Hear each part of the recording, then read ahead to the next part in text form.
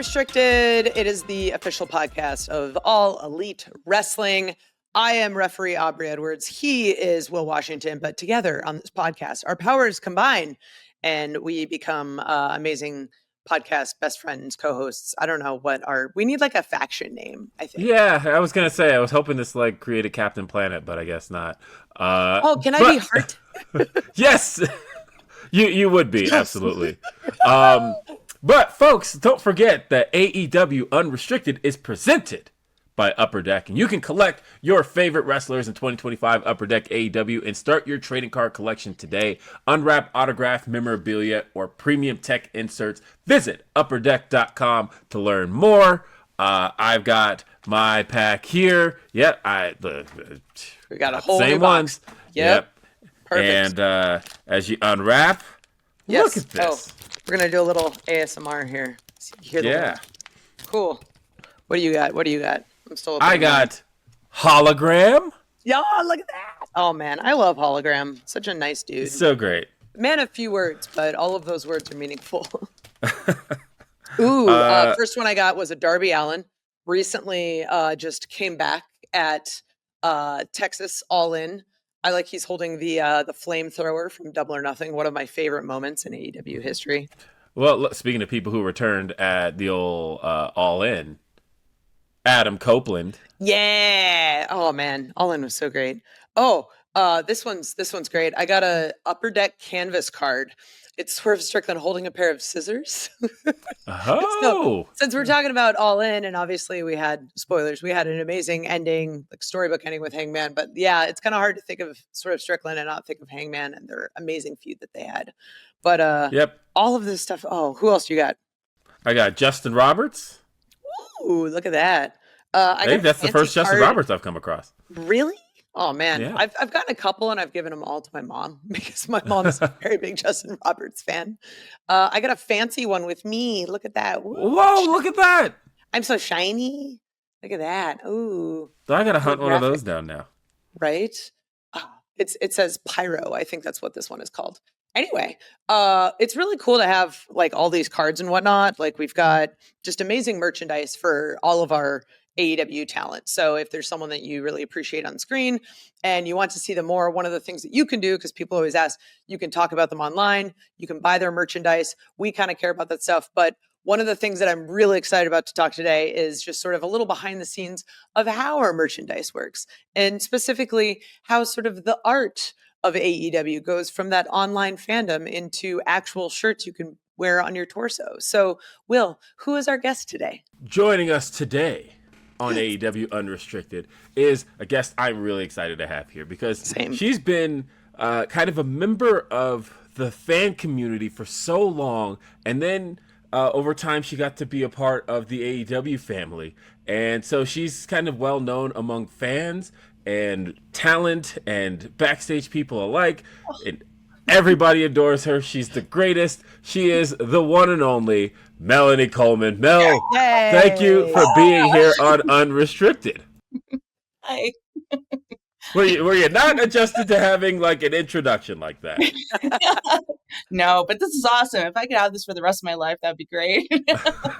Just need to record it, and then anytime you enter a room, just play it like entrance music, and it's like, I'm here. Hey guys. Hello. Here I am. Let's talk about how you became known in the community. Like, you're of course known for your art. And let's start with your art background and kind of how all of that became known. Give us your story. So I am all self-taught. I didn't go to school. I just kind of grew up with the love of comic books and watching like those Saturday morning cartoons, like Spider-Man at the time, X-Men and all that. But I have 3 brothers, so I'm grateful for them to kind of curve me into the right direction of fandom. And it kind of just grew from there of my my interest and love for art and creating, and it just kind of got involved with that. And it just became that thing where like I grew up as a loner, so I didn't really have too many friends. I had my one best friend, and I would just draw. That's all I would do. And, where other people would go out and play, I would just be in my parents' room on the floor, just like doodling around. So that kind of just became that. And from then on, it just carried out to be more of a career aspiration, hopefully, or hopeful, as I was so little. And I kind of grew from there and did some comic work for a little bit. But my love has always been, in wrestling. And when I didn't turn out to be a wrestler, I said, hey, the next best thing is to draw them. That's what I ended up doing. And it's great. It is great. For those that maybe aren't as online as others, I think the first real focus of your art on television was all of the art pieces that came to be in the Don Callis family. Yeah. There was that very famous one of like Kenny dying over Don that was like based on the classical piece. Yeah. And it was just absolutely hilarious. And at one point I see it printed backstage on like one of the stagehand trucks. And then all of a sudden it's on TV. So how did your involvement with the Don Callis family and creating art for Don start? It kind of just happened by chance. When Don had betrayed Kenny in the way that he did, that night, I was like, oh man, I really want to capture this moment. And at the time, I wasn't doing anything for AEW or Pro Wrestling Tees. It was just like me putting it out there as I was with the community. And I was like, I think people are really going to dig this. So I was like, yeah, I think I'm going to draw this or paint this and see how it goes. And it just got traction. And somehow it landed into Don's lap. And he's like, hey, kid. That sounds exactly right. That's exactly how a Don conversation It was awesome. He's like, do you mind if we use this for something? He didn't say what it was going to be used for. I honestly thought it was just going to be in the background somewhere, doing whatever, but it just ended up being so much bigger than that. And it just kind of happened. And it was great. It was a wonderful, totally wonderful to see, and the fan reaction as well. I mean, Jesus Christ. Speaking of Jesus Christ. Yes. Right. Good segue. I feel like, again, because I became familiar with you years ago because of, a lot of your artwork and a lot of your AEW artwork. And you talked about, the Don one blowing up, but like you had a ton that kind of got traction just within the community. Like what are some of the first pieces of wrestling artwork you remember kind of taking off within the fan community? I kind of feel like, so I started doing, I think it was just like little head portraits. Yeah. And I would occasionally tag the talent. I didn't want to bug them too much about it, like, because I knew people were going to start tagging them. So I was like, I'm just going to let them do that thing that the fans do so great, and I'm so grateful for that. It's why I'm here right now. And so I recall doing little head portraits, and then I started doing a what if series. So I would swap talents. I wouldn't say gimmick, but their personas with other people, and people really seem to enjoy that as well. And it kind of just carried on from there. I just always wanted to make something fun and interesting for the community, and to see things that were a little bit differently, because anything involved with merchandise or anything artistically has always been like, it's a promo shot of the talent, and then you put it on something, and so you never get to see anything very creative with art, and I just want to do something different, something cool and just fun, something that you wouldn't necessarily see with wrestling too much. And I know a lot of the time they used to do illustrations for wrestling. I kind of just want to bring that back. It's a very nostalgic thing for me, so it's just nice to kind of put those two together. I think it's a good fit just because I know while AEW is sort of a very modern take on wrestling, there's a lot of things that have worked in the past that we sort of incorporate into the current product and whatnot. And like, it was funny just going back to the original Don Callis family painting. There started to become more and more and more. And then, as you alluded to, there was the Last Supper with all of the people in the Don Callis family. Just seemed to keep growing over time. Like Will was added, and then Sammy was added, and all of these various different things. How did it grow? Basically, because obviously, like, there's one painting, and all of a sudden, it seems seemingly like there's millions. I mean, it kind of just happens. Don is a productive man, and he likes to get things done precisely. And he would just kind of hit me up and be like, "Hey, we need this by next week." It's like, oh, okay. But he's as dastardly as he is, he's been very good to me. And I'm very grateful for that. He just, there's no rhyme or reason with Don. He's his own thing, and there's always something brewing with him. And I just happen to be his artistic hand instead of the invisible hand. And it kind of happened that way. So maybe more in the future. Well, maybe. We'll see. Well, I want to talk about the fact that it, obviously, as after Dawn, you kind of started to become a member of the AEW family. Started seeing you kind of backstage all the time, and then as time went on, you are now making products for Pro Wrestling Tees, and we'll get to all of that in a second. But let's talk a little bit about how that evolved and how you kind of got to be known within AEW itself. Yeah, I think it's just been the persistence of creating and putting it out online and being engaging with the fans and the talent. And I've been very grateful, lucky and fortunate to have a rapport with a lot of the talent and such as yourselves. And it's all just been the online support. And I think a lot of people with word of mouth were like, hey, you got to get her. I can't tell you countless times where I felt so horrifically bad for the people being tagged, Tony involved as well. You got to hire her. And I'm like, yes, please, but don't bother them too much. I love them. Oh, no, I fully get that. As somebody who, nothing makes me more nervous, and I'm putting this out there now, than when people tag Tony on something that I've posted or whatever, and I'm just like, he's online enough to where I can almost guarantee he's already seen this. I don't, it doesn't help when you continually tag. The anxiety, dude. Right, they just increases my anxiety over things like, oh my God. So I get that. I fully get that feeling of, oh my God, stop pushing this because you might make this worse. And I fully get the intention. I fully get the intention and what you're trying to go for. But yeah, I love them for it. I love you guys for it.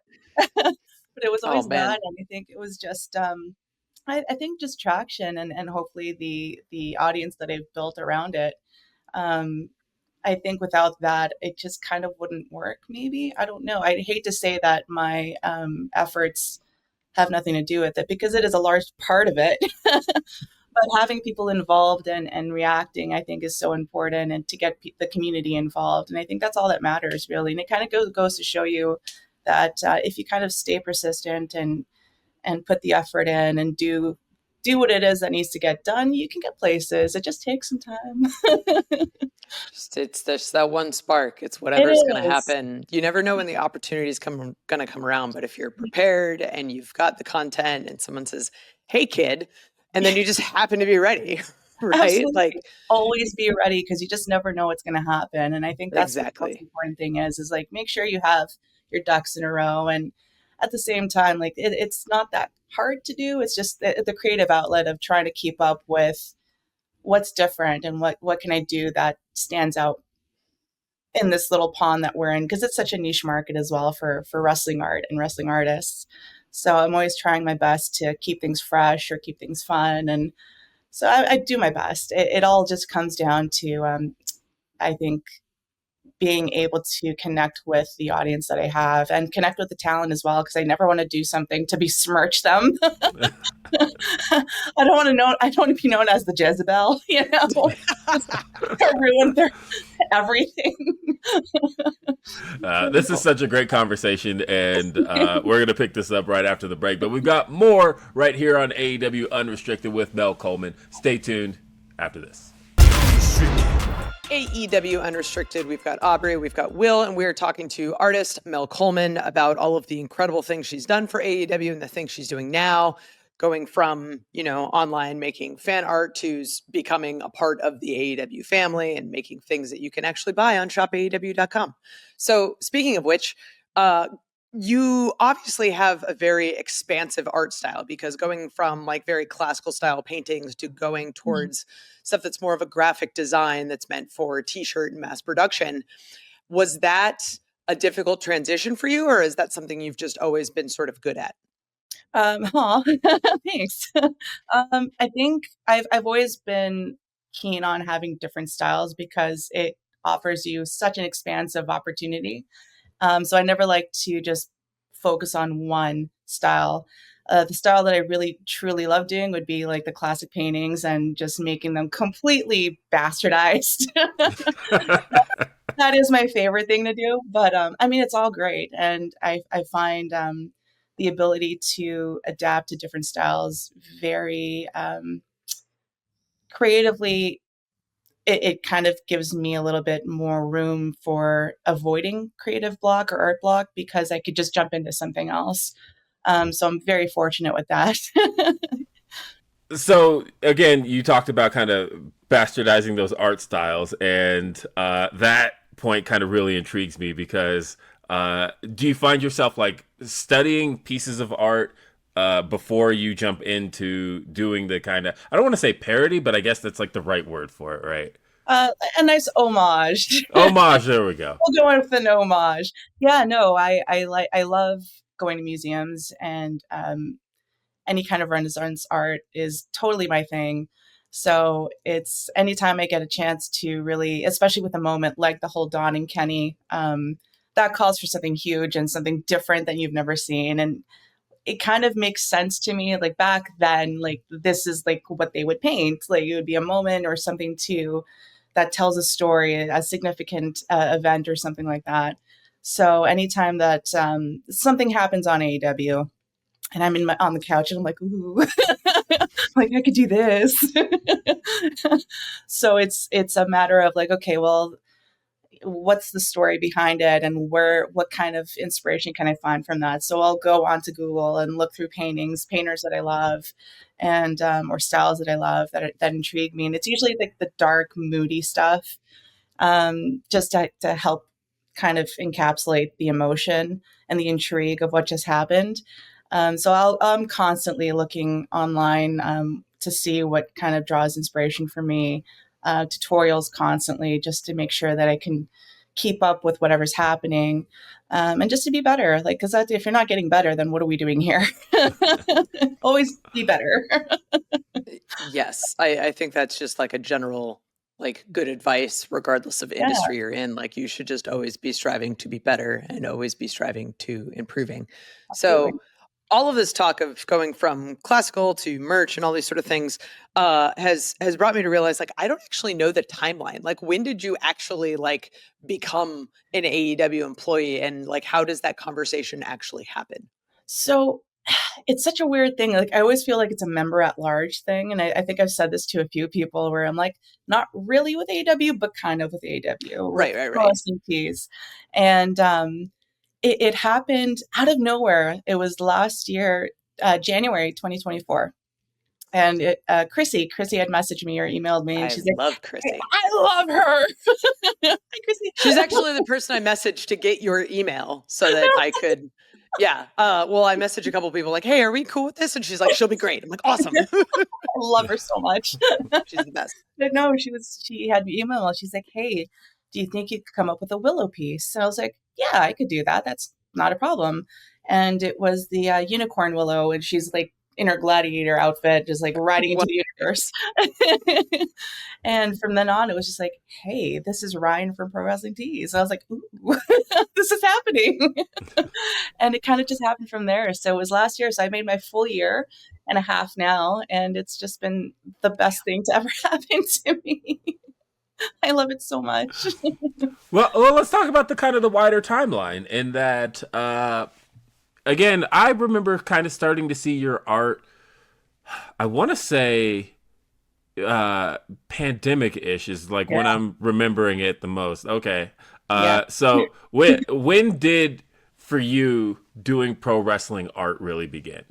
So it happened with the COVID era because I had lost my job. I was working as a manager at a salon and spa.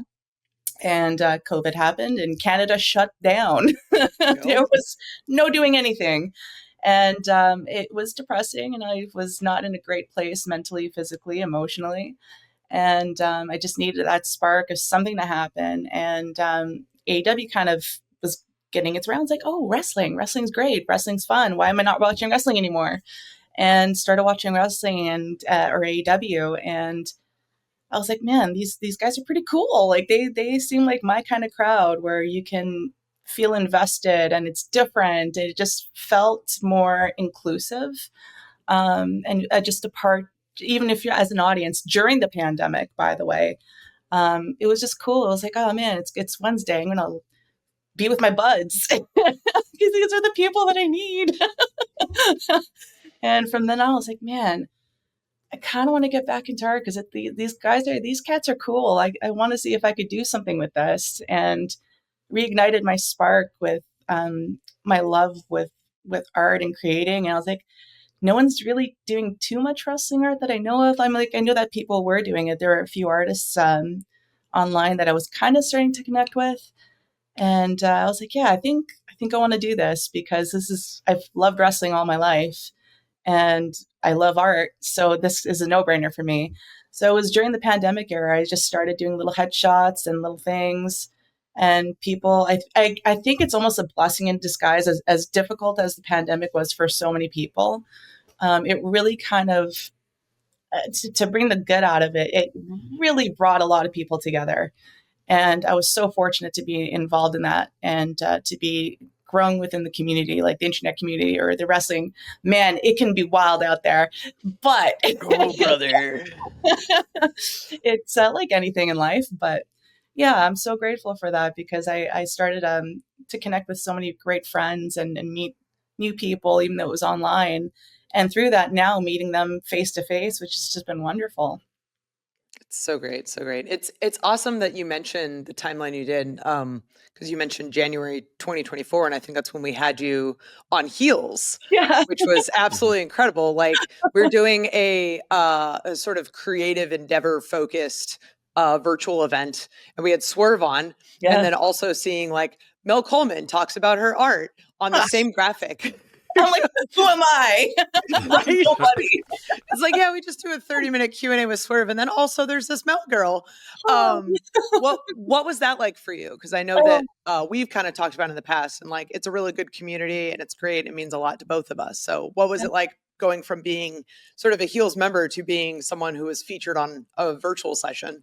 The coolest thing ever, man, because Heels is something so special. The amount of support, like even meeting them, like when you're at a show and the little table there, it blows my mind how warm and welcoming these people are. These women are just incredible. And there's nothing that you can say or do that it will turn them off with. Like they just like, yeah, let's go, let's do this. And it's awesome. And God, they're so supportive and they're so interesting and so caring. And just being able to be comfortable in my own space with them, because it's hard. I'm sure it's probably not coming across, but I'm very shy for the most part. Or I'll hide it. It's not coming across at all. So I'm glad you said that. That's good. I'm comfortable. It took me a minute to figure that out about you as like getting to know you personally. And it's like, oh, okay, Mel's in her shell at the moment. And she'll come out once you like get her going, but it's going to take a moment. If I'm comfortable with the people, I'm perfectly okay. And it's more of an insecurity of mine. It's like, oh man, what if like people like don't like me because I'm kind of weird. We're all kind of weird. We work in wrestling. Like that's the constant thing to remember. Is it's like you kind of have to be weird to make it here. And that's the thing. That's the beauty of it. So it's when Heels happened, I got the chance just to hang out and talk. And growing up, I didn't have a lot of girlfriends. Like I had like 0 girlfriends. Same. For the most part. So it's just nice to be, in a community that likes the same stuff that I do. Because a lot of girls did not grow up watching wrestling, especially where I was. So I had nothing to connect with other girls. So this this was so cool. And they got everything. They were interested in it and they rooted for you, which is really nice. And I still get like all of the messages and stuff from Heels members going, oh my God, it's like your art's over here, or he's wearing your shirts. Where's wearing your shirt? It's just cool. It's very blessed to be a part of this and to have it kind of happen in a time in my life where like so much chaos was happening. And then like, I'm like, oh, this is so good. I belong. So cool. Right. Yeah, it's cool.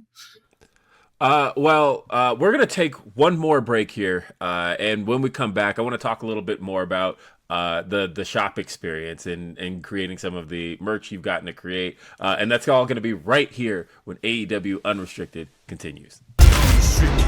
AEW Unrestricted. It's Will Washington and Aubrey Edwards. I am not used to saying our names in that order. It's Aubrey and Will on this show, but I figure for once I should like put my name first because I'm like the one saying it.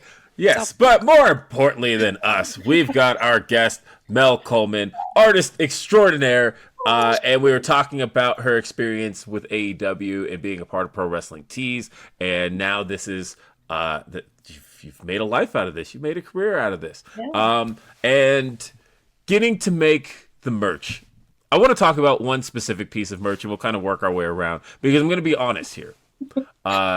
This is a very true story. A couple of weeks ago, we were, discussing guests for future AEW Unrestricted episodes, and I had literally just scrolled across the Kazuchika Okada t-shirt with just his face and the word bitch. And I thought, oh, Mel, we can have Mel Coleman on the show. But not Okada, Mel. Yeah.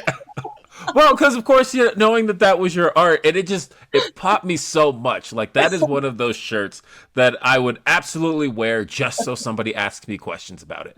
And so let's talk about this one. How did this come together? So I'm weird. I was actually I was in Chicago with Chrissy, and we were just hanging out. And I was like, oh man, it'd be kind of fun to do Okada like the Cheshire Cat, just like smiling and its eyes and just bitch. Because he's always grinning and he's got that face. So I'm like, that's a face you just kind of like either want to punch or laugh with. Like it just, there's so much to it. He doesn't do a lot, but when he does it, it is a lot. And I was like, man, that would make a great image. And Chris is like, yeah, just do it. Okada walked by. And Chris is like, hey, Okada, come here. You know how Chrissy is, right? Yes. What do you think of the shirt like this? And he's the best. He's just like, yeah. So sure enough, got back and I was like doodling around, and I wanted to make it as graphic and as clean as possible. So like it's just kind of what was it? What is the image that I'm thinking of? But like Vote Pedro, remember the political kind of stuff? Yes. Yeah. I want something very clean, very like just the second you got it, you're like, ha. And he's got such a perfect face. So doing the artwork was as simple as it looks. It's very hard because you have to get all the features right, and like one little brush stroke with something on a feature, it's just not going to look like him. So it took some time to make it as clean, as seamless as possible and simple. And had the word bitch. And I was like, something like, it was just the font at that point. And I was like, I'm like, okay, it looks all right. And then, little birdie was like, it would be great. Maybe having the pose as whatever it is. I was like, yeah. So put the pose in there. I'm like, this is it. This is the shirt. And sent it off. There you go. The shirt so much. So speaking of shirts, what's sort of the process like? Like, how do you get the requests? How long does it sort of take for a particular shirt on average? What's the submission process like? Like, give us a little insight into how that works. So I guess it's always going to be different for every artist, I think.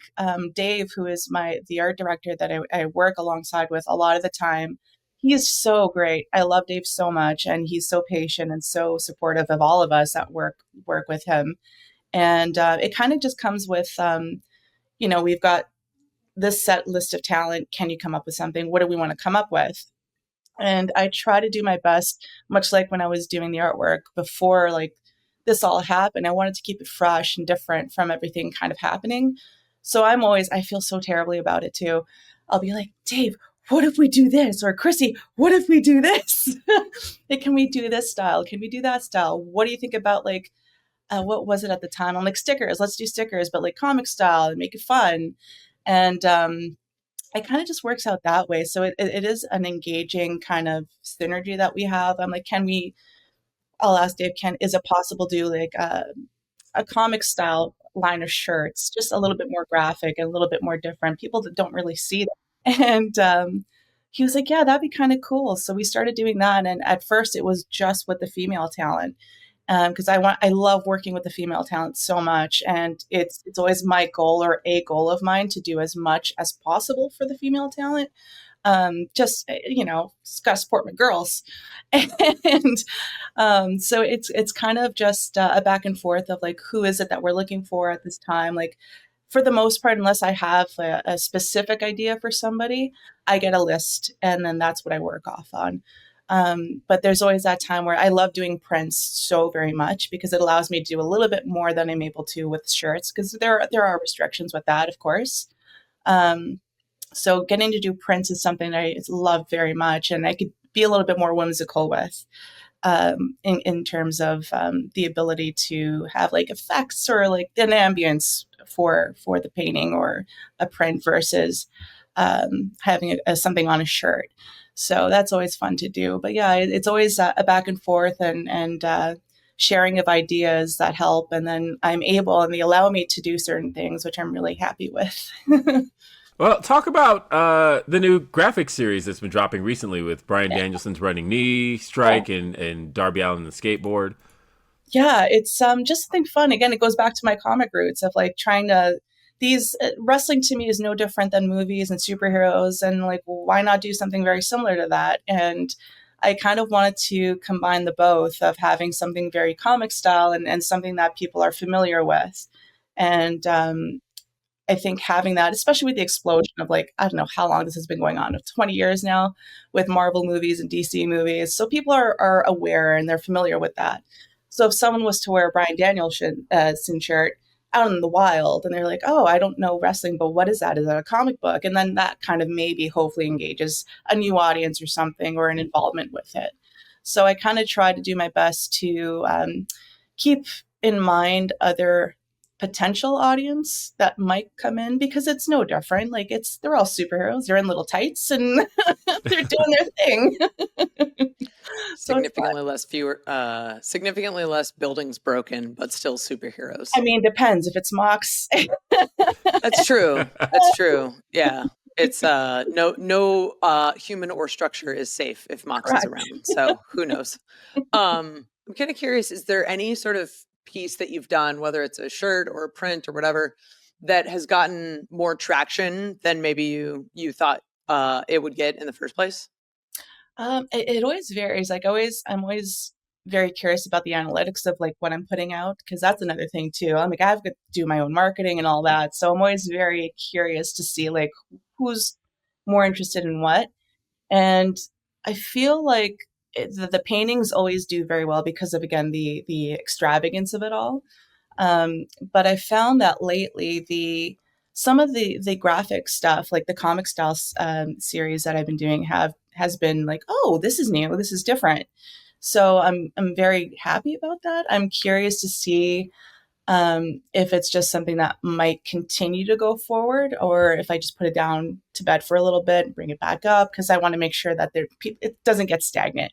And that's always my concern of like, oh, it's the same thing, and I don't want to keep doing the same thing. Maybe bring it back, but just like wrestling, like you got to keep your audience engaged and involved. And like, if you keep doing the same thing, not that there's anything wrong with it, but you just want to keep things fresh. So for me, I feel like it's anytime I change the style, people are like, oh, what is this? Oh, this isn't your piece. I always get that all the time. I didn't know this was your piece. It's like, yeah, man, it's me. So I'm trying my best. It does change a lot. There's never one specific piece or style that changes an algorithm. It's more of a shift, or a very organic shift of like, oh, this is new, different. This is so cool. So hopefully that continues. We'll see. Well, what's on the other side of it? What's some of the feedback been like from the talent? I'm so happy that it kind of works out. It's always like, because I got to do something for Ty, and Ty coming back for the first time in a very long time, and it was so great, and it was so lovely being able to chat with her on like what she wanted in terms of a design. And she was so gracious and just, this is what I'm looking for. I'm like, okay. I'm like, well, I'm doing a new style. Is this something you're interested in? And I know that I do my best to be mindful of like who they are as a human being, and then who they are character wise, and kind of appease both. And I know that they're into like video games and Dragon Ball and all that kind of stuff. So I always do my best to have a little bit of them in their whatever I'm designing. And she was just the sweetest to work with, very kind. And when I did the first time Elo shirt, she's like, oh my gosh, this is so cool. I got a little picture of her wearing her shirt. It was just the sweetest. Yeah, it was really cool. So anytime I'm able to uplift the talent, just like the small little part or piece that I'm doing, just means the world to me, because I want to make sure that they feel seen. And this isn't just something that I'm doing just because, like, I genuinely love this very much. And I love the people behind the scenes, on the scenes. Like, there's such a genuine appreciation that I have for this company and the people in it. And I'm not trying to sound like a mark or anything like that. I've genuinely built relationships that are just, I would never trade them for anything. Mm-hmm. So anytime I get to do something, a piece of artwork for them, I'm always like, oh God, I hope they really like it, because I just want them to be happy with it and be proud. Like, this is something that like you can wear maybe or have in your house maybe and be happy with it. Like, it does come with love all the time. Every piece that I do there's a lot of thought that goes into it, and I hope that they know that. I think they do, because anytime I see a Mel Coleman design on a shirt, you see the eyes light up in the locker room, and like the Willow unicorn one, like I think she just put it on immediately. And it was one of those things where it was like, when art speaks to life, it's so perfect. And I think you've done an excellent job of that, capturing the personas, the person behind it, the moments that are happening, the memories that people have of wrestling. And you're just an incredible asset to this company, and I'm so proud of all the work that you've done. Thank you so much. Don't make me cry. Okay, we'll end it before she cries. So thank you to Mel Coleman. If you're not already following her, you can follow her on Twitter and Instagram, Mel Coleman Art. As a reminder, AEW Unrestricted is sponsored in part by Upper Deck. You can collect your favorite wrestlers in the 2025 Upper Deck AEW and start your trading card collection today. Unwrap autograph memorabilia, premium tech inserts. You can visit upperdeck.com to learn more. You can listen to and follow this podcast, AEW Unrestricted, on Apple Podcasts, Spotify, wherever you get your podcasts, and check out the video version on our YouTube channel, where you can see all of these awesome pieces that we've been talking about. Just search AEW Unrestricted, hit the subscribe button so you never miss an episode. And are you an AEW insider? You can get early access to ticket pre-sales, special merchandise offers, and more straight to your inbox. Sign up today, AEWTIX.com. And don't forget, AEW Dynamite on TBS Wednesday nights at 8 p.m. and streaming on HBO Max. AEW Collision live every Saturday on TNT. ROH streams every Thursday on Honor Club. I'm Aubrey Edwards. He's Will Washington. That's Mel Coleman. Thank you so much for listening. Peace out. Peace.